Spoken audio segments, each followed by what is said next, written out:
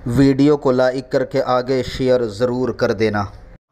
और साइल को कभी महरूम मत करना। अल्लाह ने महबूब से कहा, और उससे पहले भी अल्लाह ताला ने फरमाया कि हाजतमंद आपको पाया तो अल्लाह तबारक व ताला ने आपको गनी कर दिया, तो 100 हाजतमंदों का ख्याल किया जाए, हाजतमंदों का ख्याल किया जाए, एक यतीम को न झिड़का जाए, 2 और साइल को कभी महरूम न किया जाए। ये है गरीब नवाजी का हुक्म अल्लाह ने जो अपने महबूब को दिया। और अल्लाह के महबूब सल्लल्लाहु अलैहि वसल्लम ने गरीबों का बड़ा ख्याल किया। आप देखिए कितना ख्याल फरमाया।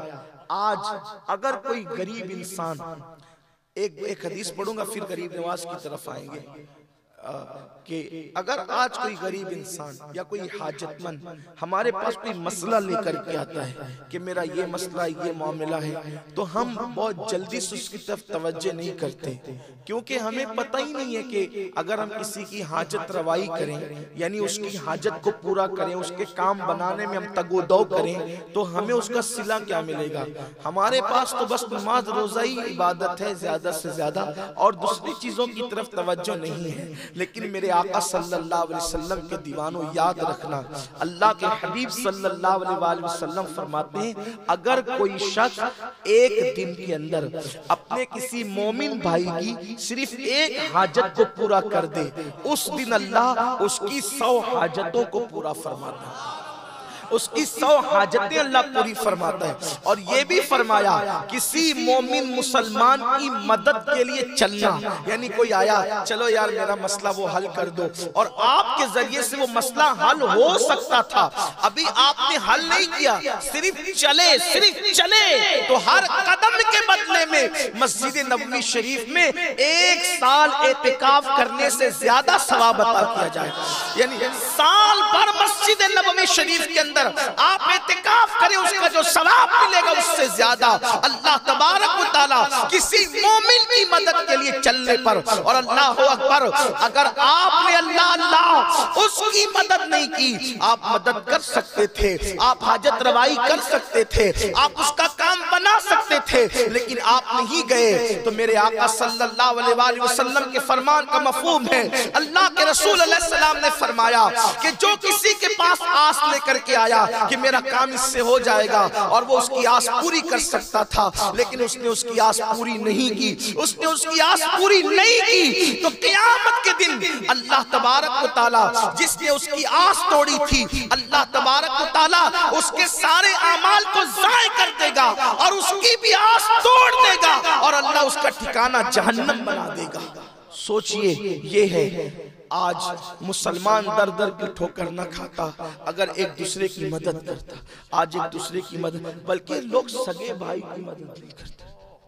सगे भाइयों के अंदर इस कदर इख्तिलाफ होता जा रहा है, कोई प्यार नहीं, कोई मोहब्बत नहीं, बाप बेटे में मदद का जज्बा नहीं है, बहन बहन में मदद का जज्बा नहीं है। आओ, हमारे इस्लाम की तालीम क्या है।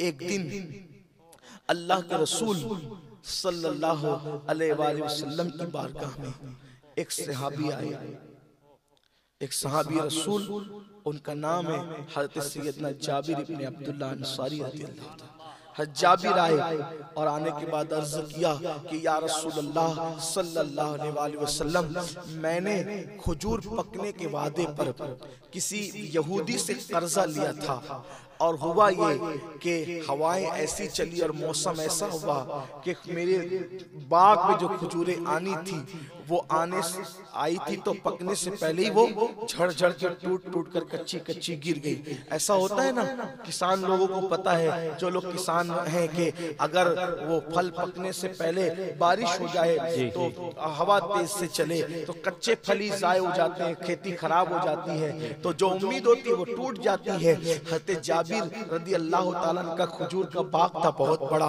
उन्होंने खजूर पकने के वादे से कर्जा लिया था, लेकिन हवाएं चली, कच्ची खजूरें ही टूट गई और वो जो फूल थे वही खत्म हो गए। तो अब ये था कि वो कर्जा अदा नहीं हो सकेगा, तो या रसूल अल्लाह, अब वो बहुत तंग कर रहा है, या रसूल अल्लाह मैं क्या करूं।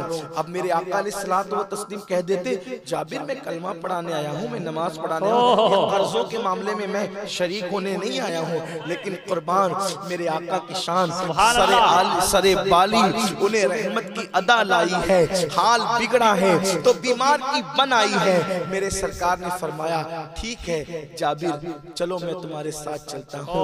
और उससे बात करते हैं। अल्लाह अकबर। मेरे आका सल्लल्लाहु अलैहि वसल्लम हजरत जाबिर के कर्जे के मामले में खुद से चलकर, जिनकी चौखट पर चलकर सिदरतुल मुंतहा जिब्रील अमीन बार बार आते हैं। जिब्रील जिसकी चौखट पे चक्कर लगाते हैं वो रसूल एक यहूदी के दरवाजे पे जा रहे हैं, अपनी खातिर नहीं बल्कि एक मुसलमान अपने सहाबी अपने गुलाम की खातिर सरकार चलकर जा रहे हैं। बताएं मुसलमानों, क्या हमारे अंदर भी ये जज्बात हैं? क्या हमारे अंदर भी ये एहसासात हैं? नहीं नहीं, ये एहसासात हमारे अंदर नहीं है। बड़ी माजरत के साथ सिर्फ दाढ़ी का नाम दीन, सिर्फ टोपियों का नाम दीन, सिर्फ तस्बीहों का नाम दीन। याद रखना, दीन वो है जो मुस्तफा जान रहमत ने अता किया है। दीन वो है जिसकी तालीम मुस्तफा जान रहमत सल्लल्लाहु अलैहि वसल्लम ने दी है। अल्लाह अकबर। मेरे आका अलैहि सलाम एक यहूदी के दरवाजे पे चल करके जाते हैं और फरमाते हैं देखो जाबिर के साथ ये हादसा हो गया है, इसलिए मैं तुम्हारी चौखट पे चल के आया हूँ कि तुम इसकी कर्ज की मुद्दत बढ़ा दो। उसने कहा या रसूलल्लाह, आप मेरे दरवाजे पर आए, मैं बड़ा खुश नसीब हूँ, लेकिन मैं अब इसकी कोई मुद्दत नहीं बढ़ा सकता, क्योंकि मैं पहले कई बार इनको मोहलत दे चुका हूँ, मुद्दत बढ़ा चुका हूँ, अब मैं मजीद इनको कोई मुद्दत और मोहलत नहीं दूंगा। सरकार ने फरमाया एक काम करो, मेरे कहने पे मोहलत दे दो, अगर ये कर्ज अब नहीं देगा तो जिम्मेदारी मैं लेता हूँ, मैं इसका कर्जा चुका दूंगा। उसने कहा नहीं, अब मैं कोई मोहलत नहीं दे सकता। अल्लाह अकबर। सरकार अबदकरार सल्लल्लाहु अलैहि वसल्लम उसके दरवाजे से वापस आ गए, वापस लौटे। उसने नहीं माना सरकार की बात। हजरत जाबिर का चेहरा उतर गया, चेहरा छोटा छोटा हो गया। हुजूर अलैहिस्सलाम अब घर नहीं गए, उनके बाग में गए। सरकार मैं क्या करूं? सरकार फरमाते हैं एक बार मैं अकेले जाता हूं, दूसरी मर्तबा मेरे और आपके आका फिर उस यहूदी के दरवाजे पर चल कर गए। मुसलमानों, क्या ये सुन्नत नहीं है कि किसी के दरवाजे पे चल करके जाना, किसी की मुश्किल कुशाई के लिए, किसी की हाजत रवाई के लिए? आप मुझे बताएं, बोलो, हमें पता होता है कि फला मुसलमान मुश्किल में फंसा हुआ है, लेकिन क्या कभी हम ये कोशिश करते हैं कि हम उसकी तकलीफ दूर कर दें, हम उसकी मुश्किल दूर कर दें? बड़ी माजरत के साथ, क्योंकि हम अल्लाह के लिए नहीं जी रहे, हम रियाकार हो गए, हम अल्लाह के लिए नहीं जी रहे, हम मुनाफिकत कहीं ना कहीं कर रहे हैं। अगर अल्लाह के लिए जीते तो हम उन रात की तन्हाइयों में, जो लोग सर्दियों में ठिठर रहे होते हैं, खामोशी में जाके उनके वजूद पे कंबल डाल देते हैं। अगर हम अल्लाह के लिए जी रहे होते हैं तो रास्ते में पड़े रहने वाले फकीरों के पास बैठकर हम उन्हें खाना खिला देते। लेकिन हम ये सब काम क्यों करेंगे? क्योंकि हमने तो काम वहां करना है जहां हमारी तस्वीरें छपी हैं। हमने तो ये काम वहां करना है जहां हमारे नाम के नारे लगना है।